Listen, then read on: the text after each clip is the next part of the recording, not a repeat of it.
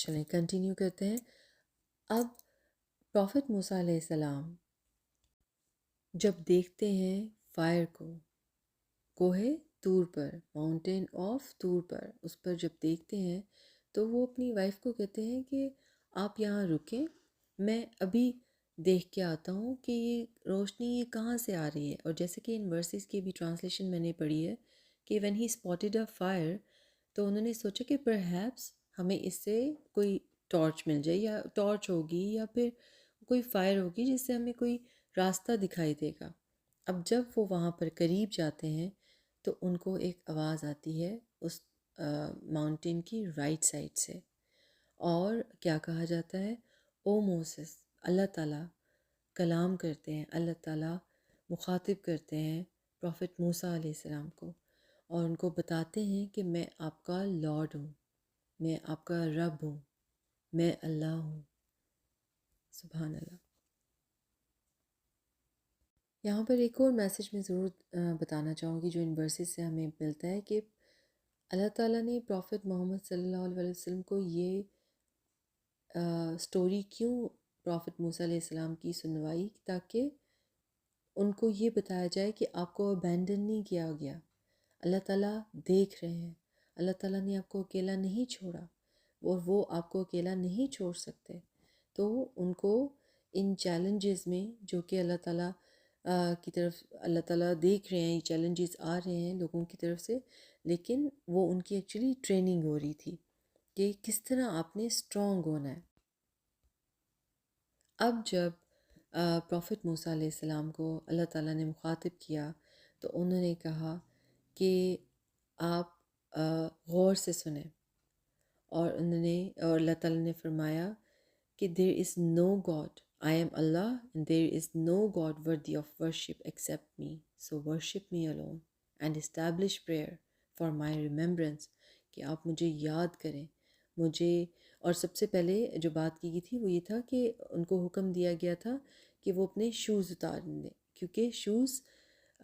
ایک تو اتارنے کی وجہ یہ بھی تھی کہ رسپیکٹ فل وے میں وہ آگے بڑھیں، اور شوز کا یہ بھی اس لیے بھی کہا گیا تھا کیونکہ وہ جگہ بلیس تھی، اور اینڈ آؤٹ آف رسپیکٹ اللہ تعالیٰ نے ان کو فرمایا تھا کہ آپ اپنے شوز اتار دیں.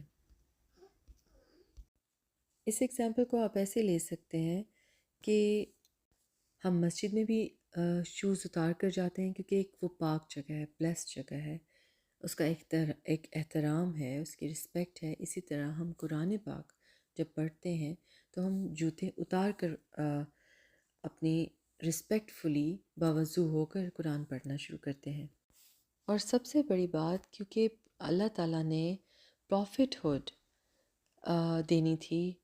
حضرت موسیٰ علیہ السلام کو، ان کو پروفٹ بنانا تھا،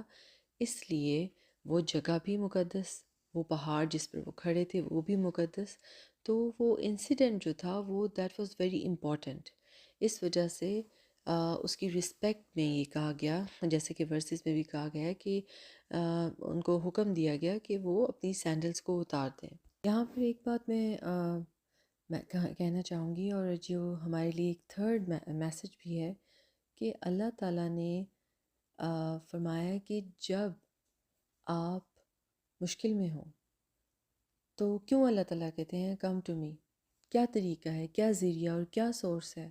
اللہ تعالیٰ سے بات کرنے کا، اللہ تعالیٰ سے فوراً کانٹیکٹ کرنے کا. جیسے ہم کال کرتے ہیں نا فوراً، وی کال اے فرینڈ اور کال پیرنٹس اور یور بردرس اور سسٹرس، یور سبلنگس. اسی طرح اللہ تعالیٰ سے فوراً، ویسے تو آپ دل میں اللہ تعالیٰ سے بات کرتے رہتے ہیں، آپ اپنی کسی بھی وقت اللہ تعالیٰ سے کنورسیشن کر سکتے ہیں، مانگ سکتے ہیں، اور کوئی قید نہیں ہے اس کی، لیکن ایک پراپر وے کیا ہے؟ تو پراپر وے ہے کہ فوراً آپ نماز پڑھ لیں یا 2 نفل ادا کر لیں. آگے جیسے اللہ تعالیٰ بیان کر رہے ہیں کہ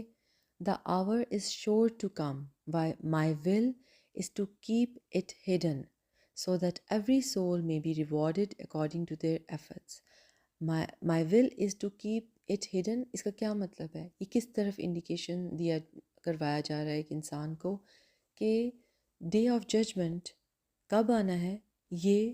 ہڈن ہے، یہ صرف اور صرف اللہ تعالیٰ کو علم ہے، اور ہر انسان کو جو جو وہ اعمال کرتا ہے اس کے مطابق اس کو ریوارڈ دیا جائے گا، اس کے مطابق اس کے جو اعمال ہیں اس کے مطابق اس سے ڈیلنگز کی جائیں گی۔ یہ اللہ تعالیٰ کے کنٹرول میں ہے یہ دنیا۔ اللہ تعالیٰ کو پتہ ہے کہ اس نے کب وہ چیز کو سامنے لے کے آنا ہے، اس چیز کو تب تک ایک انسان کی نظر اور عقل سے وہ چیز چھپی ہوئی ہے۔ اور آگے پھر اللہ تعالیٰ فرماتے ہیں So do not let those who disbelieve in it and follow their desires distract you from it or you will be doomed. So کس طرح یہ بیان کیا گیا ہے سبحان اللہ کہ اللہ تعالیٰ نے فرمایا کہ تم ان لوگوں کی طرف دیکھ کر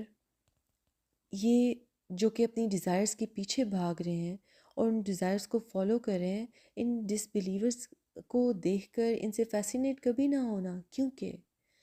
ان کے راستے کو کبھی نہ اپنانا، کیونکہ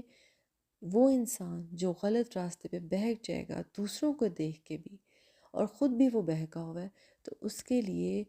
تباہی اور بربادی کے علاوہ کچھ نہیں ہے۔ استغفر اللہ۔ اب دیکھیں کتنے ہی لوگوں کو نہیں پتہ، ابھی بھی اگر ہم اپنی نظر دوڑائیں تو کتنی قوموں کو نہیں پتہ کہ ڈے آف ججمنٹ بھی کوئی ہے دن جو آنا ہے۔ کتنے ہی لوگ ہیں جن کے مذہب ہیں ہی نہیں اور وہی اس طرح اپنی زندگی گزار رہے ہیں جیسے اٹس جسٹ گوئنگ آن، اور ان کو لگتا ہے کہ ہمیشہ ایسے رہے گا، جو کہ حقیقت نہیں ہے۔ اور ہر انسان ایک سٹرگل میں ہے، اس کو اپنی دوڑ لگی ہوئی ہے۔ کوئی کسی چیز کے لیے اسٹرائیو کر رہا ہے، کوئی جاب لینے کے لیے بھاگ دوڑ کر رہا ہے، کوئی کسی کو گھر چاہیے، کوئی کچھ، لیکن کتنے ہی لوگوں کو یہ نہیں پتہ کہ اصل گول ان کا کیا ہے۔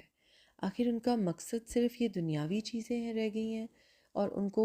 اس چیز کی خبر ہی نہیں کہ ان کے لیے آگے کیا آ رہا ہے، اور یہ اس بے خبری میں وہ زندگی گزارتے جا رہے ہیں۔ اللہ تعالیٰ فرماتے ہیں یہاں پر ایک طرح سے وارننگ دی جا رہی ہے کہ اگر آپ نماز نہیں پڑھیں گے، آپ کا گول اورینٹیڈ آپ کی زندگی نہیں ہوگی اور آپ ایسے ہی بھٹکتے رہیں گے اور آپ کو ڈے آف ججمنٹ تک کا بھی آئیڈیا نہیں ہوگا کہ بھئی ایک دن اللہ تعالیٰ کے سامنے ہمیں کھڑے ہونا ہے، تو پھر یو ول بی ڈومڈ۔ کیونکہ جب دین کی بات آتی ہے اور قرآن کی بات آتی ہے تو سب سے پھر بعد میں اینڈ پر اس کے بارے میں بات کی جاتی ہے، حالانکہ یہ سب سے زیادہ پرائورٹائز اس سے ہی تو ہماری زندگی چلتی ہے۔ یہ ایسے ہی ہے جیسے ایک گاڑی میں پیٹرول کا کام کرنا، اگر وہ نہیں ہے تو گاڑی نہیں چل سکتی۔ تو جب انسان اپنی انٹینشنز اس طرح بنا لیتا ہے اور اس طرح چیزوں کو لیتا ہے تو پھر آپ کی گاڑی، بے شک بمپس تو آتے ہیں، بمپس کو میں کس سے ریفر کر رہی ہوں کہ زندگی میں ٹیسٹ تو آتے ہیں، لیکن وہ ٹیسٹ سے انسان گزر جاتا ہے اور آپ آہستہ آہستہ زیادہ اسٹرانگ ہوتے جاتے ہیں۔ سبحانک اللہم و بحمدک، نشہد لا الہ الا انت، استغفرک و اتوب الیک۔ السلام علیکم ورحمۃ اللہ وبرکاتہ۔